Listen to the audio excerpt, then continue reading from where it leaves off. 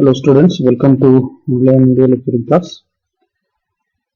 So today we will discuss about the servo motors. So in the last class we have seen about the electrical systems, that is writing the differential equation for the mechanical system, then converting those mechanical equation by replacing the electrical terms and construction of electrical circuits, that is force voltage analogy and force current analogy.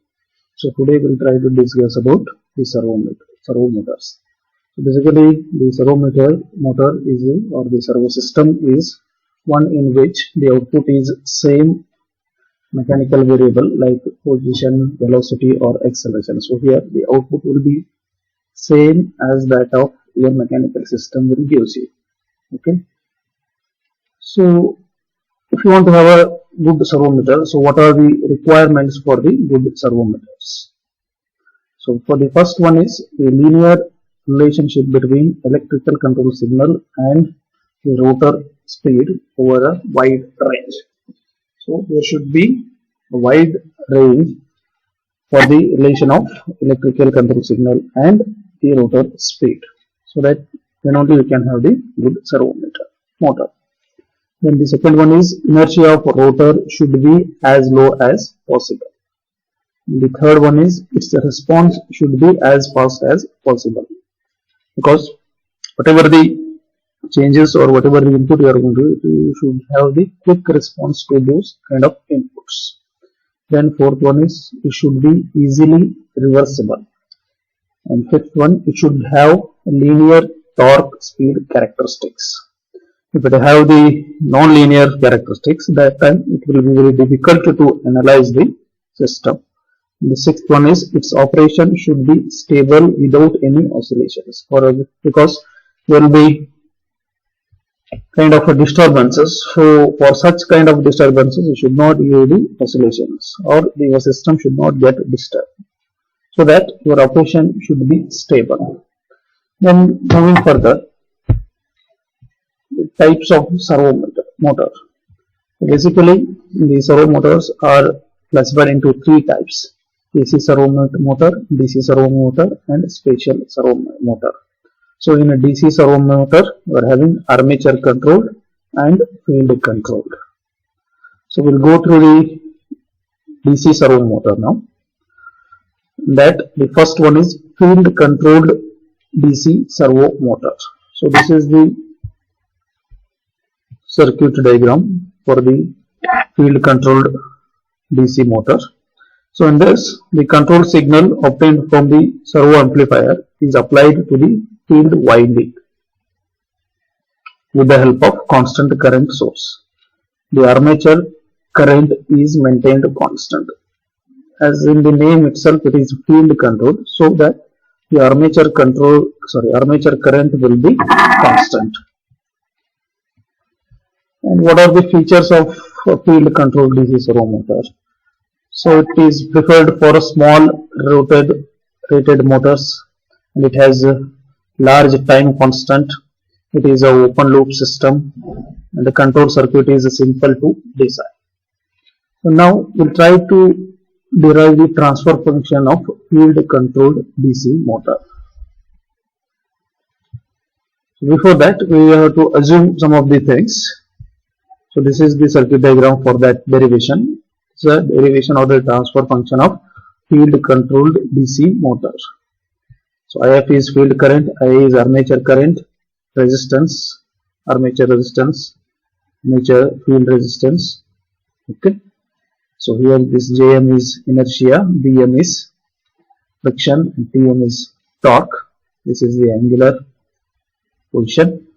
This is the motor, and these are the inductors. So the first assumption is constant armature current is fed into the motor. As in the name itself is field control. So whatever the armature current you are going to feed to the motor, it should be constant. Then second one is IF is directly proportional to IF. That is, flux is directly proportional to field current. Flux produced is proportional to field current. So we can write the equation for that. Phi of F equal to Kf into If, where this Kf is the constant. Here why this kf is introduced. As you know, whenever you are going to replace this proportional sign, at that time you have to write any one constant with the terms. So that's why written it as kf. And the third one is torque is proportional to the product of flux and armature current. That is, Tm is proportional to pi into Ia, is proportional to product of flux and armature current. So therefore we can rewrite the equation Tm equal to K dash into pi of Ia, or K dash into Kf into If into Ia, because we have this K dash, this Kf and If derived from this flux pi. Rewriting that term in this equation, you will get this. So Tm equal to Km into Kf into If, where replace this K dash into Ia by Kf. Now applying the Kirchhoff's law to the field current. So there you are having inductor and resistor. Okay, because of that we are getting E of F. So I write the equation L of F into di of F divided by dt plus Rf into If is equal to Ef. Now shaft torque, that is Tm, is used for driving the load against the inertia and frictional torque. So if you write that equation, that is mechanical differential equation, Tm equal to, this is driven by inertia and friction. So I am writing it as Jm into d square theta m by dt square plus Bm into d theta m by dt. It is like ms square plus cs plus k. To write that equation, the same equation we have to write here for the rotational system. Now the inertia force in this equation, Jm is the inertia force, is similar to m into d square x divided by dt square, or mx double dot. Similarly, frictional force is this one, which is equal to dx dot. Now applying the Laplace transform to equation 1 and 2, 3, we will get Tm of s equal to Km into Kf into If of s. Ef of s equal to s into Lf plus Rf into If of s. And Tm of s equal to, here it is d square theta m is there, so it will be, it is like x square. So x double dot it is. So we used to write a square into x of s. Similarly here it is Jm into s square into theta m of s plus Bms into theta m of s. Now from equation 4 and 5 can get the equation for Tmf of s. That is for the torque, it is Km into Kf into F of s divided by s into Lf plus Rf. Now from equation 6 and 7, these two equations are for the torque. So equating these two equations, we will get this equation. But here the input is Ef, that is Ef of s, and output is theta m of s. So the transfer function always it is output by input. So theta m of s divided by Ef of s. You want to get that equation. From this equation, we will get theta m of s divided by Ef of s equal to Km into Kf divided by Jm s square plus s into Bm into Rf plus s into Lf. To simplify this, we get Km into Kf divided by, just multiply these terms with this, s into Rf into Bm, taking as common term, is 1 plus s into tau m into 1 plus s into tau f, where I replaced this tau m by Jm by Bm.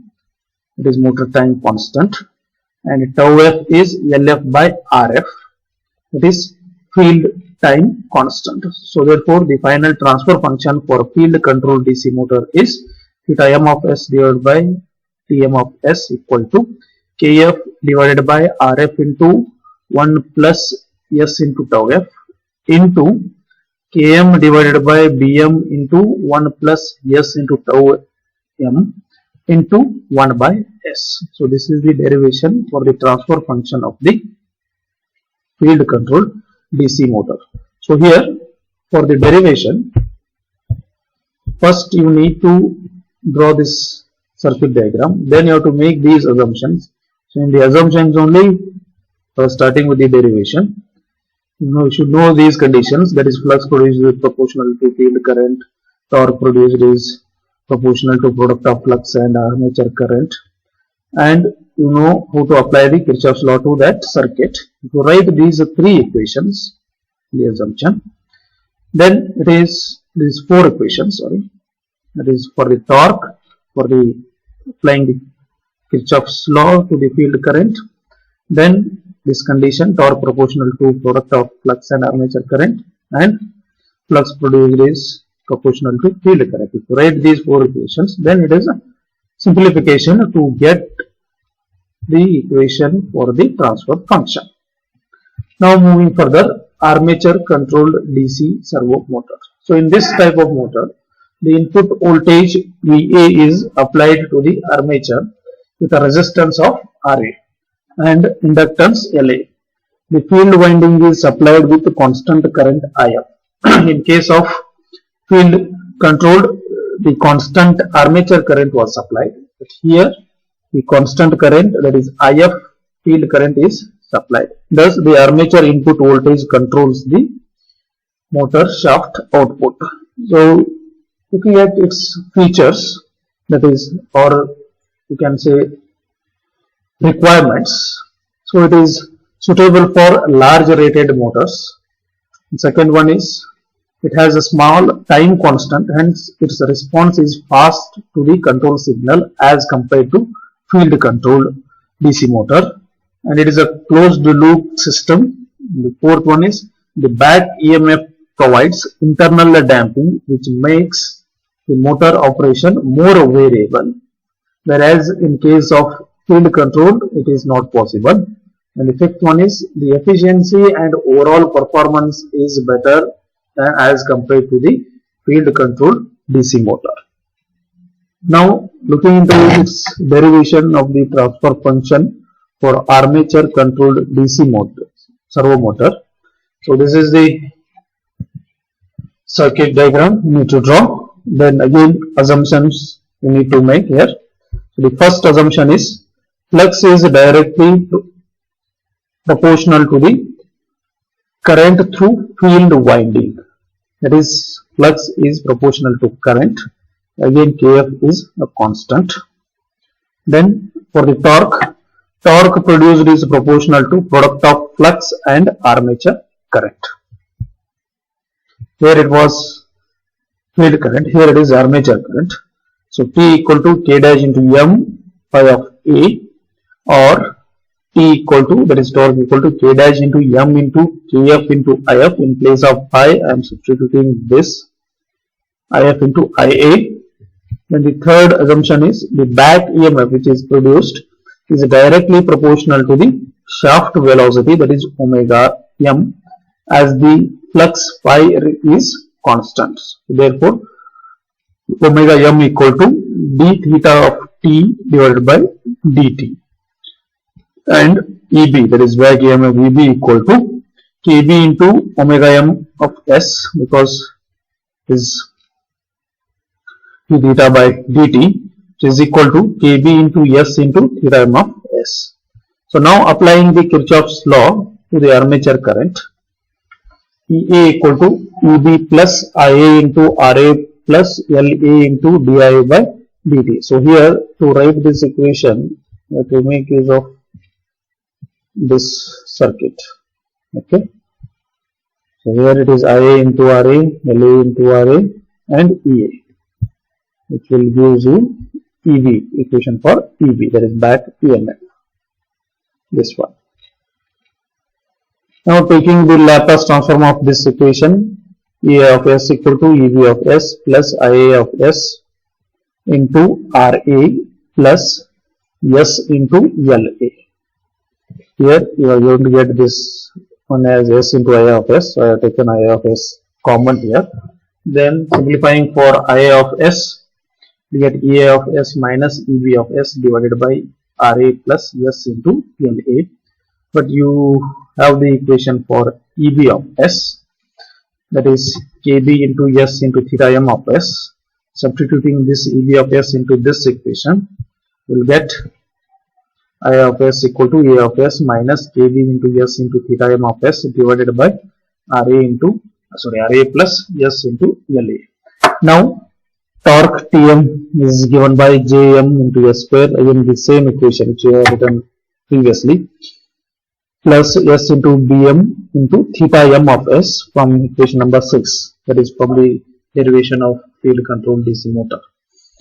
Tm equal to K dash into M into Kf If Ia, which is equal to K dash into Kf into If. In the place of Ia, to substitute this equation. Now you are having two equations for the torque. So equating those two equations, will get, that is K dash into Kf into If into EA of S divided by RA into S into LA, which is equal to this term. Once you know the input and output here, so input is EA of S and output is theta m of S. So taking the ratio of theta m of S divided by EA of S, we get this equation. So here I have replaced some of the terms by tau m, tau a. So all these terms are tau m is equal to Jm divided by Bm, tau a equal to LA by RA, Km is replaced by K dash m, Kf and If. Okay. Now, if you compare this theta m of S, that is transfer function for the closed loop system, G of S divided by G of 1 plus G of S into H of S. So in this, the G of S is this term and H of S term is this one. So this is the transfer function for the armature controlled DC servo motor. Now moving further, look into the hydraulic systems, that is the transfer function for the hydraulic systems. So here, this is the one input one output system. This is a hydraulic tank. Okay. So let Q be the steady state flow rate and Qi and Q0 be the small deviations in the flow rate at the inlet and outlet. H bar is the steady state head and H is the small deviation in the head from steady state head. Okay. So before moving further, we'll try to define some of the terms, that is resistance, capacitance in hydraulic system. So in case of hydraulic system, resistance of a liquid is defined as the change in level difference necessary to cause unit change in flow rate. That is, it is given by R equal to change in level difference divided by change in outflow rate. So change in level difference is given by H bar plus H minus H bar. Okay, that is the, what will be the level difference is H only, because this is the steady state head and this is the steady state head and this is the inflow. So because of this inflow, the change in level will be H. Similarly, change in outflow rate is given by Q bar plus Q0 minus Q bar. Okay, so it is given by H by Q0. Then second one is capacitance of a tank is defined as change in liquid stored necessary to cause unit change in rate of change of head. It is given by the ratio of change in liquid stored divided by rate of change of head. So change in liquid stored is given by, it is a difference between the deviations, that is Qi minus Q0 divided by rate of change of head will be, it is time dependent, dH by dt. So here this capacitance C is to dH by dt is equal to Qi minus Q0, or we call this equation as 1. Then Q0 is given by H by R and Qi is given by C into dH by dt plus Q naught. Taking the Laplace transform of equation 1, 2, 3, we get these 5, 6, 7 equation.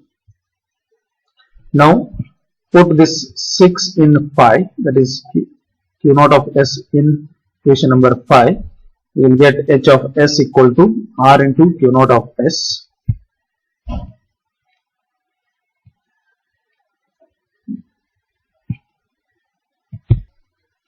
That is, in equation number 5, in place of Q naught of S, you have to substitute H of S by R. So substitute that, you will get Cs into R into Q naught of S is equal to Qi minus Q naught, or you bring this Q naught term to this side, and if you take Q naught as common term, it will be 1 plus RCS equal to Qi. So here output is Q naught, input is Qi. So taking the ratio of output by input, we will get the transfer function as 1 divided by 1 plus RCS, or you can write it as 1 divided by 1 plus Ts, where this T is time constant, that is equal to R into C. Now moving further, this derivation is for a single time for the hydraulic system. If this hydraulic system is having two times, that is the interaction between two tanks, so that time, this is the diagram for that. This is tank number 1, 2, C1, C2, R1 and R2. This is the inflow, and this is the outflow of tank number 1, which is going to be inflow of tank number 2, and this is the outflow. So already I have defined what is the resistance and capacitance for the hydraulic system. So with the help of those definitions, write R1 equal to H1 minus H2 divided by Q1, and R2 as H2 by Q0, C1 as Q minus Q1 divided by dH1 by dt, and C2 as Q1 minus Q0 divided by dH2 by dt. Now taking the Laplace transform of all these four equations and simplifying to get the equation for Q0 by Qi, that is substituting the relative term to in one equation from one equation to another equation, and try to simplify to get the equation for output by input. We will get it as 1 divided by R1 R2 C1 C2 S square plus R1 C1 plus R2 C2 plus R2 C1 into S plus 1. This is the transfer function for the hydraulic system, which is having the interaction between two tanks. Then moving further for the thermal systems. So here let theta I be the steady state inlet temperature, theta naught bar be the steady state outlet temperature, theta I and theta naught the small deviations in the temperature at inlet and outlet respectively. The H bar is steady state heat flow, Hi and H naught are the small deviation in heat flow. So we will define the resistance and capacitance according to the thermal systems now. So it is a ratio of change in temperature difference, that is outlet and inlet, divided by change in heat flow rate. So from the definition, you can write it as R1 as theta I divided by Hi, R2 as theta naught divided by H naught. Capacitance is given by the ratio of change in heat stored to the rate of change of outlet temperature, that is Hi minus H naught divided by d theta I by dt. So from this equation you can get it as C into d theta naught divided by dt equal to Hi minus H naught, and from the first, that is R is given by theta naught by H naught, and which simplifies H naught as theta naught by R. Now taking the Laplace transform of all these equations, that is Laplace transform of this equation will be C into S into theta naught of S equal to Hi of S minus H naught of S, and H naught of S from this equation theta naught of S divided by R, in which theta naught of S is R into H naught of S. Substituting this in equation number A, that is in place of theta naught, substitute R into H naught of HO of S. After substituting, bring this term to this side and take H naught of S as common term. Is going to be 1 plus CSR equal to HI of S. So here output is H naught of S and input is HI of S, which gives you the transfer function as 1 divided by RCS or 1 divided by TS. So here also, first for the derivation, first you need to draw this diagram. You need to define these terms. Then from the help of definition, you need to define R1, R2 and R, then C. After that, there is a simplification. So for the same thing, let us consider a thermometer placed in a water bath having a temperature theta I. So the temperature is theta I, so thermometer. That theta naught is the temperature which is indicated by the thermometer. So the rate of heat flow into the thermometer through its wall is dq by dt, which is equal to theta I minus theta naught, that is going to be the temperature, divided by R. The indicated temperature rises at a rate of d theta naught divided by dt, which is equal to 1 divided by C into dq by dt. Therefore, d theta naught by dt equal to 1 divided by C. dq by dt already I defined it as theta I minus theta naught divided by R. Substitute that. Then take the Laplace transform of this equation and simplify to get the ratio of theta naught of S divided by theta I of S. You will get the transfer function for a thermometer. So here the only thing is, while defining the terms, you have to be very careful.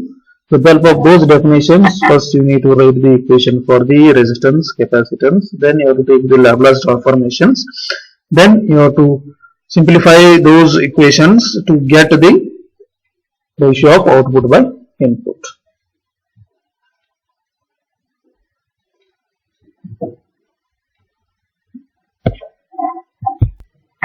Now moving further, actuators. It is a device which receives input signal from the controller and it produces the input signal to the plant according to the control signal, so that the output will approach the reference input signal to reduce the error to 0. So basically there are two types, hydraulic and pneumatic.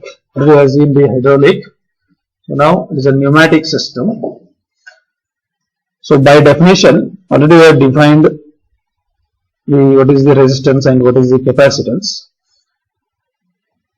So by definition, you can write resistance as,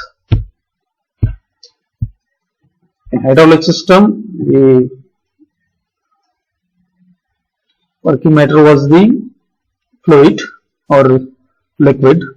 Here it is a gas for the pneumatic system. So resistance R equal to change in gas pressure divided by change in gas flow rate. There it was a liquid, here it is gas, only that is the difference. R equal to D into delta P divided by dQ, which is equal to Pi minus P naught divided by Q. The capacitance is given by change in gas stored divided by change in gas pressure, that is dm by dP naught, which is equal to change in flow divided by rate of change of pressure. But dm is given by Q into dt, where Q is the flow rate, and C into dP naught equal to Q into dP, where Q is given by C into dP naught divided by dt. Therefore, R into Q equal to Pi minus P naught. Now taking the Laplace transform of these equations, that is R into Q of S equal to Pi of S minus P naught of S. Then Q of S equal to Cs into P naught of S from this. Then substituting that this equation into this, you will get R into Cs into P naught of S equal to Pi minus P naught of S. So here input is Pi of S and output is P naught of S. Simplify to get the equation P naught of S divided by P of S as, we will get it as 1 divided by 1 plus RCS, where this RC is time constant. So now we will go through the difference between or the comparison of pneumatic and hydraulic system. So in case of pneumatic system, the fluid used is air. In case of hydraulic system, that is oil. And in case of pneumatic systems, air is compressible and here the oil is incompressible.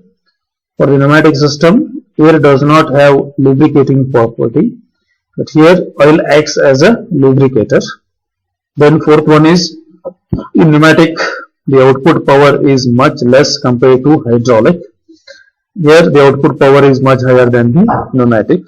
In pneumatic system, at low velocities the accuracy is poor, but here at all velocities the accuracy is satisfactory. In case of pneumatic system, no return pipes are required when air is used. Here return pipes are required.